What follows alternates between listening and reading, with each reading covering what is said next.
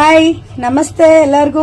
ನೀವು ನಾನು ಚರ್ಚಿಸೋಣ ಅಂತ ಹೇಳ್ಬಿಟ್ಟು ಪೋಸ್ಟ್ ಮಾಡಿ ಸುಮ್ಮನಾಗ್ಬಿಟ್ಟೆ. ಆಯ್ತಾ, ಅದ್ರ ಬಗ್ಗೆ ಮಾತಾಡೋಣ. ಆಯ್ತಾ, ನಾನು ನಿನ್ನೆ ಯಾಕೆ ಆ ವಿಷಯ ಹೇಳಕ್ ಹೊರಟೆ ಅಂದ್ರೆ, ಎಲ್ಲರೂ ಬರೀ ಮಾತಲ್ಲಿ ಹೇಳಕ್ಕೆ ಸೀಮಿತ ಆಗ್ಬಿಟ್ಟಿದ್ದಾರೆ. ನಾನು ಮಾತಕ್ಕೆ ತಪ್ಪದೇ ಇಲ್ಲ, ನಾನಂದ್ರೆ ಏನ್ ಅನ್ಕೊಂಡಿದ್ಯಾ, ಸತ್ಯದ ಪ್ರತಿರೂಪ ಅನ್ನೋ ತರ ಮಾತಾಡ್ತಾರೆ. ಆಯ್ತಾ, ನ್ಯಾಯ, ನೀತಿ, ಧರ್ಮ, ನಿಷ್ಠೆ ಇವೆಲ್ಲ ಪ್ರತಿಯೊಬ್ಬ ಮನುಷ್ಯನಿಗೂ ಇರಬೇಕಾದ ಒಂದು ಗುಣಗಳಲ್ದೇನೆ ನಡಿಲೇಬೇಕು.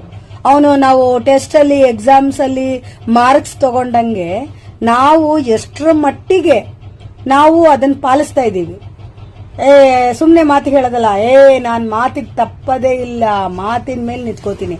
ಎಷ್ಟರ ಮಟ್ಟಿಗೆ ಯಾವ ಪರಿಸ್ಥಿತಿಲಾದ್ರೂ ನಾವು ಕೊಟ್ಟ ಮಾತನ್ನ ನಾವು ತಪ್ಪದೆ ನಿಂತ್ಕೊಂಡಿದೀವ ಅನ್ನೋದನ್ನ ನಾವೇ ಪರೀಕ್ಷೆ ಮಾಡ್ಕೋಬಹುದು. ನ್ಯಾಯ, ನೀತಿ, ಧರ್ಮ, ಸತ್ಯ ಇದೆಲ್ಲ ಮೊದಲು ಕಾಲದಲ್ಲಿ ಬರೀ ಮಾತಿನ ಮೇಲೆ ಒಂದು ಹಳ್ಳಿ ಕಡೆ ಎಲ್ಲ ಒಂದು ಹಳ್ಳಿ ಕಟ್ಟೆ ಮೇಲೆ ಮಾತು ಕೊಟ್ಬಿಟ್ರೆ ಆಗೋಯ್ತಂತೆ. ಈಗ ಅದನ್ನ ಬರೀ ಮಾತಿಗೆ ಸೀಮಿತ ಆಗಿ ಇಟ್ಕೊಂಡಿದ್ದಾರೆ, ನಡವಳಿಕೆಯಲ್ಲಿ ಯಾರು ಅಳವಡಿಸ್ಕೊತಾ ಇಲ್ಲ. ಆಯ್ತಾ, ನಾನು ಯಾಕೆ ಇದನ್ನ ಹೇಳಕ್ ಹೊರಟಿದ್ದೀನಿ ಅಂತಂದ್ರೆ, ನಾವು ಬದುಕಕ್ಕೆ ನಾವು ಅದೇ ರೀತಿಲೇ ಬದುಕಬೇಕು. ನಮ್ಮ ಶ್ರೀರಾಮಚಂದ್ರ, ನಾವು ಪೂಜೆ ಮಾಡೋ ನಮ್ಮ ಆರಾಧ್ಯ ದೈವ ಹೇಗೆ ಒಂದು ಮಾತು ಅವ್ರ ತಂದೆಯವರು ಕೊಟ್ರು ಅಂತ ಒಂದೇ ಒಂದು ಮಾತಿಗೋಸ್ಕರ 14 ವರ್ಷ ವನವಾಸಕ್ಕೆ ಹೋದ್ರು, ಹಾಗೆ ನಮ್ಮ ಮೌಲ್ಯಗಳದ್ದು ನಾವು ಚೇಂಜ್ ಮಾಡ್ಕೊಳಕ್ ಆಗೋದೇ ಇಲ್ಲ. ಅದನ್ನ ನಾವು ಎಷ್ಟರ ಮಟ್ಟಿಗೆ ನಾವು ನಮ್ಮ ನಡತೆಯಲ್ಲಿ ಅಳವಡಿಸ್ಕೊಂಡಿದೀವಿ ಅನ್ನೋದು ಮುಖ್ಯ ಅಲ್ವೇ. ಆದ್ರೆ ಈಗ ಜನ ಏನ್ ಮಾಡ್ತಿದ್ದಾರೆ, ಬರೀ ಮಾತಿಗೆ ಮಾತ್ರ ಸೀಮಿತ ಆಗ್ತಿದ್ದಾರೆ, ಹೇಳ್ಕೊಳಕ್ ಮಾತ್ರ. ಅವ್ರ ಜೊತೆ ಕೆಲವ್ರ ಜೊತೆ ನೀವು ಮಾತಾಡಿ, ಅವ್ರ ಮಾತುಗಳು ಹೆಂಗಿರುತ್ತೆ ಅಂದ್ರೆ, ನೀವು ಹಂಗೆ ಹೌದಾ ಈ ಮನುಷ್ಯ ಇಂಥವನ ಅಂತ ಅನ್ಕೋಬೇಕು, ಅಷ್ಟರ ಮಟ್ಟಿಗೆ ಮಾತಾಡ್ತಾರೆ ಅವರು. ಆದ್ರೆ ಅವ್ರ ನಡವಳಿಕೆಯಲ್ಲಿ ಅದು ಒಂದು ಸಾಸಿವೆ ಕಾಳಿನಷ್ಟು ಕೂಡ ಅವರ ನಡತೆಯಲ್ಲಾಗ್ಲಿ ನಡವಳಿಕೆಯಲ್ಲಾಗ್ಲಿ ಅದು ಇರೋದಿಲ್ಲ. ಬರೀ ಮಾತಲ್ಲಿ ಮಾತ್ರನೇ ಸೀಮಿತ ಆಗಿರುತ್ತದು. ಆಯ್ತಾ, ಇದು ಒಂದು ಇನ್ಸಿಡೆಂಟ್ ನನ್ನ ಗಮನಕ್ಕೆ ಬಂದಿದ್ದೇನೆ, ನಿಮಗೆ ತಿಳಿಸ್ತಿದ್ದೀನಿ. ಆಯ್ತಾ, ಎಲ್ಲರೂ ಮಾತಿನ ಮೇಲೆ ಅಂದ್ರೆ ನಾವು ನಡ್ಕೊಂಡಿದ್ದೇನೆ ನಮ್ಮ ಮಕ್ಕಳು ನೋಡಿ ಕಲಿತಾರೆ ಅಲ್ವಾ. ನಾವು ಬರ್ತಾ ಪ್ರತಿಯೊಬ್ಬರು ನಾವು ಮಾದರಿಗಳೇ ರೀ. ಪ್ರತಿಯೊಬ್ರು ನಾವು ಅನ್ಕೋತೀವಿ ಯಾರೋ ಸಾಧಕರು ಮಾತ್ರ ಮಾದರಿ ಆಗ್ತಾರೆ ಸಮಾಜಕ್ಕೆ ಸಾಧಕರು ಮಾತ್ರ ಮಾದರಿ ಆಗೋದಿಲ್ಲ. ನಾವು ಒಬ್ಬ ಮನುಷ್ಯನು ಇನ್ನೊಬ್ಬ ಮನುಷ್ಯನಿಂದ ಏನೋ ಒಂದು ಕಲಿತಿರ್ತೀವಿ. ಅದು ಸಣ್ಣದೋ ದೊಡ್ಡದೋ ನಡತೆನೋ ಏನೋ ಒಂದು ಕಲಿತಿರ್ತೀವಿ. ಆದ್ರೆ ನಾವು ಅವ್ರನ್ನೆಲ್ಲ ಗುರುಗಳಾಗಿ ಪರಿಗಣಿಸೋದು ಇಲ್ಲ, ನೀವು ಗುರುಗಳು ಅಂತ ನಾವು ಒಪ್ಕೊಳ್ಳೋದು ಇಲ್ಲ, ಆದ್ರೆ ಕಲ್ತಿರ್ತೀವಿ ಅಲ್ವಾ. ಹಾಗಾಗಿ ಪ್ರತಿಯೊಬ್ಬರು ದರ್ಶಕರೇ. ಪ್ರತಿಯೊಬ್ಬ ಮನುಷ್ಯ ಕೂಡ ಒಬ್ಬ ಮಾಸ್ಟರೇ, ಪ್ರತಿಯೊಬ್ಬ ಮನುಷ್ಯ ಕೂಡ ಒಬ್ಬ ಗುರುವೇ. ನೀವು ನನಗ್ ಗುರು ಆಗ್ಬೋದು, ನಾನ್ ನಿಮಗ್ ಗುರು ಆಗ್ಬೋದು, ಅಥವಾ ನಿಮ್ಮ ಅಕ್ಕಪಕ್ಕದಲ್ಲಿರುವವರು ಗುರು ಆಗ್ಬೋದು. ಯಾರಿಂದನೂ ಏನೋ ಒಂದು ಕಲಿತಿರ್ತೀವಿ. ನಾವು ಸಮಾಜಕ್ಕೆ ಉದಾಹರಣೆಯಾಗಿ ನಿಲ್ತೇವೆ. ನಾವೇನ್ ಅನ್ಕೋತೀವಿ, ಯಾರು ಸಾಧಕರಾಗಿರ್ತಾರೋ, ಯಾರು ಸಮಾಜಮುಖಿಯಾಗಿ ಎಲ್ಲರಿಗೂ ಗಮನ ಸೆಳೆದಿರ್ತಾರೋ ಅವ್ರು ಹೇಳೋದನ್ನು ಮಾತ್ರ ನಾವು ನಡ್ಕೊಳ್ತೀವಿ ಅಥವಾ ಪಾಲಿಸ್ತೀವಿ ಅನ್ನೋದು ಇಲ್ಲಿ ಮುಖ್ಯ ಅಲ್ಲ.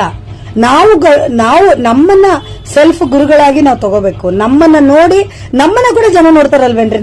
ನಮ್ಮನ್ನ ನೋಡುವಾಗ ಏನಾದ್ರು ಬಟ್ಟೆ ಕಟ್ಕೊಂಡ್ಬಿಡ್ತಾರ ಕಣ್ಣಿಗೆ? ಇಲ್ವಲ್ಲ.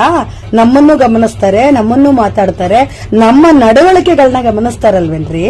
ಮಾತಾಡೋದು ಒಂದು, ನಡ್ಕೊಳ್ಳೋದು ಒಂದು ಜೀವನ ಆಗ್ಬಿಟ್ರೆ ಆ ಜೀವನಕ್ಕೆ ಬೆಲೆ ಎಲ್ಲಿ ಬಂತು? ಸರಿ, ಆ ಜೀವನ ಒಂದಕ್ಕೆ ಅಲ್ಲ, ನೀವು ಆಡಿದ ಮಾತಿಂದ ಅವರು ನಿಮ್ಮನ್ನ ಡೀಪಾಗಿ ನಾವೆಲ್ಲ ಏನ್ ಮಾಡ್ತಿದೀವಿ ಅಂದ್ರೆ, ನಮಗಿರೋ ಟೆನ್ಷನ್ಸ್, ನಮಗಿರೋ ಒಂದು ಬಿಸಿ ಶೆಡ್ಯೂಲ್ ಅಲ್ಲಿ ನಾವೇನ್ ಮಾಡ್ತಿದೀವಿ, ಯಾವ್ದನ್ನು ತಲೆ ಕೆಡಿಸ್ಕೊತಲ್ಲ, ಬಿಡು ಅಂತಿದೀವಿ.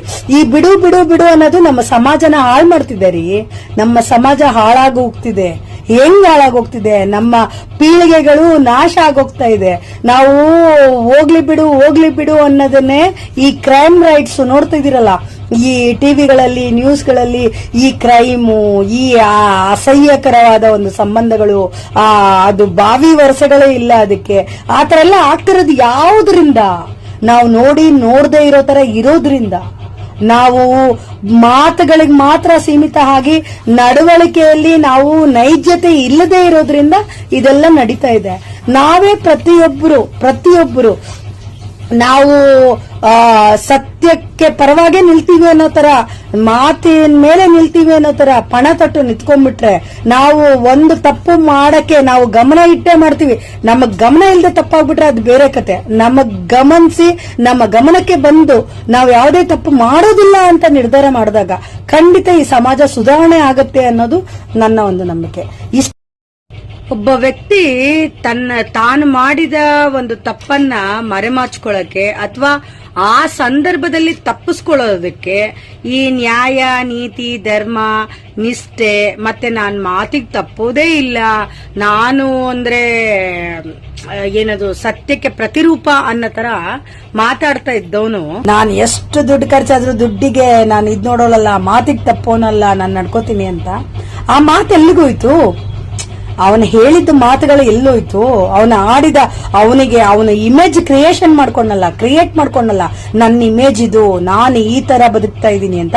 ಆ ತರ ಬದುಕ್ತಿದ್ದೀನಿ ಅನ್ನೋ ಒಂದು ಬದುಕಿನ ಒಂದು ಏನ್ ಹೇಳ್ತಾರೆ ಅದಕ್ಕೆ, ಅವನ ಬದುಕಿಗೆ ಬೆಲೆ ಅಷ್ಟೇನೆ, ಬರೀ ಮಾತಿಗೆ ಮಾತ್ರ, ಮತ್ತೆ ನಡವಳಿಕೆಯಲ್ಲಿ ಇಲ್ಲ ಅವನು. ಹಾಗಾದ್ರೆ ಇದು ಹುಡ್ಕೊಂಡೋದ್ರೆ ನಾವು ಅವನು ಯಾವ ಮಟ್ಟಕ್ಕಾದ್ರೂ ಇಳಿಬಲ್ಲ ಅನ್ನೋದನ್ನ ನಾವು ಯೋಚನೆ ಮಾಡ್ಬೋದು. ಯಾಕಂದ್ರೆ ಅವನು ಆ ಗಳಿಗೆಗೆ ತಪ್ಪಿಸ್ಕೊಳಕ್ಕೆ ಆ ಮಾತಾಡ್ದ, ಆ ಗಳಿಗೆಗೆ ಅವನ್ನ ಬೇರೆಯವ್ರನ್ನ ಮೂರ್ಖರನ್ನ ಮಾಡಕ್ಕೋಸ್ಕರ ಅವ್ನ್ ಮಾತಾಡ್ದ. ಕರೆಕ್ಟ್, ಅವನ್ ಜಾಣ್ತನ ಇಲ್ಲ ಅಲ್ಲಿ ತೋರಿಸ್ದ. ಅಲ್ಲಿ ಜಾಣ್ತನ ಬರ್ಲಿಲ್ಲ ರೀ, ಅಲ್ಲಿ ಅವನ್ ಸಂಸ್ಕಾರ ಬಂತು. ಆ ಸಂಸ್ಕಾರದಿಂದ ಅವ್ರ ತಂದೆ ತಾಯಿ ಅವನಿಗೆ ಏನ್ ಕಲ್ಸ್ಕೊಟ್ಟಿದ್ದಾರೆ ಅನ್ನೋದು ಬಂತು. ಅವನು ಈಗ ಅವನಿಗೆ ಸುಮಾರು ಒಂದು 50-55 ವರ್ಷ ಆಗಿದೆ. 55 ವರ್ಷ ಅವನಿಗೆ ಯಾವ ತರ ಬದುಕದ ಅನ್ನೋದು ಅಲ್ಲಿ ಗೊತ್ತಾಯ್ತು. ಆಯ್ತಾ?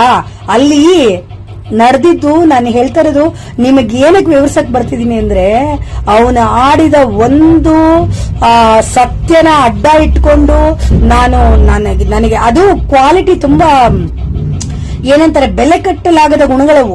ನಾವು ಮಾತಕ್ಕೆ ತಪ್ಪಲ್ಲ, ನಾವು ಸುಳ್ಳು ಹೇಳಲ್ಲ, ನಾವು ಅನ್ಯಾಯ ಪರ ಹೋಗಲ್ಲ ಅನ್ನೋದೆಲ್ಲ ಬೆಲೆ ಕಟ್ಟಕ್ ಆಗದೆ ಇರೋಂತ ಒಂದು ಗಣಿಗಳು. ಅದು ನಮ್ಮ ಹತ್ರ ಇದೆ ಅನ್ನೋ ತರ ಅವ್ನು ತೋರಿಸ್ಕೊಂಡ್ ಮಾತಾಡಿದ್ನಲ್ಲ, ಅದು ಎಲ್ಲಿಗೋಯ್ತು? ಇದು ಎಲ್ಲಿಗೋಯ್ತು? ಆ ತೂಕ ಎಲ್ಲಿಗೋಯ್ತು? ಇದು ಒಂದು ಬದುಕೇನೆ.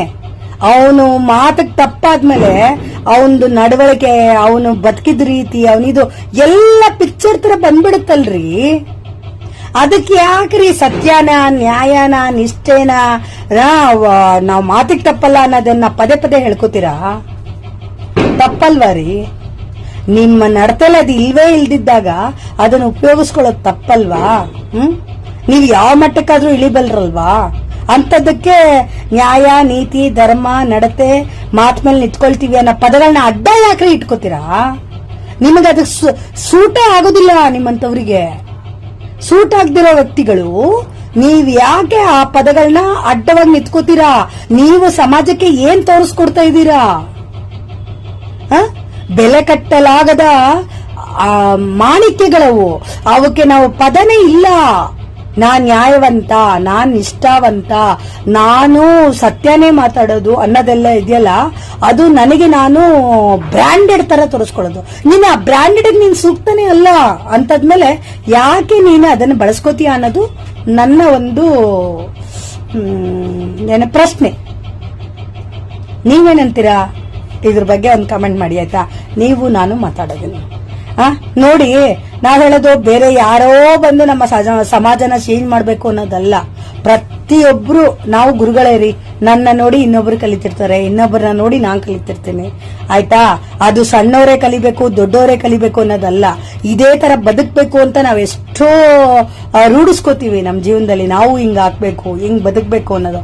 ಈ ತರ ಕೆಟ್ಟದಾಗಿ ನಮಗೆ ಬೆಲೆ ಕಟ್ಟಲಾಗದ ಈ ನ್ಯಾಯ, ನೀತಿ, ಧರ್ಮ ಮತ್ತು ಈ ನಾನು ಮಾತಿಗೆ ತಪ್ಪಲ್ಲ, ಮತ್ತೆ ಇನ್ನೇನ್ ಹೇಳ್ಬೇಕೋ ಗೊತ್ತಿಲ್ಲ ನನಗೆ ತೋಚಿದಷ್ಟು ನಾ ಮಾತಾಡ್ತೀನಿ.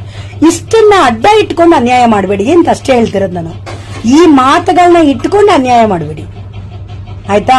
ನೀವು ಅದಕ್ಕೆ ಸೂಕ್ತರಲ್ಲ, ನೀವು ಅದಕ್ಕೆ ಅರ್ಹರಲ್ಲ ಅಂದ್ಮೇಲೆ ಆ ಪದಗಳನ್ನ ಉಪಯೋಗಿಸ್ಬೇಡಿ.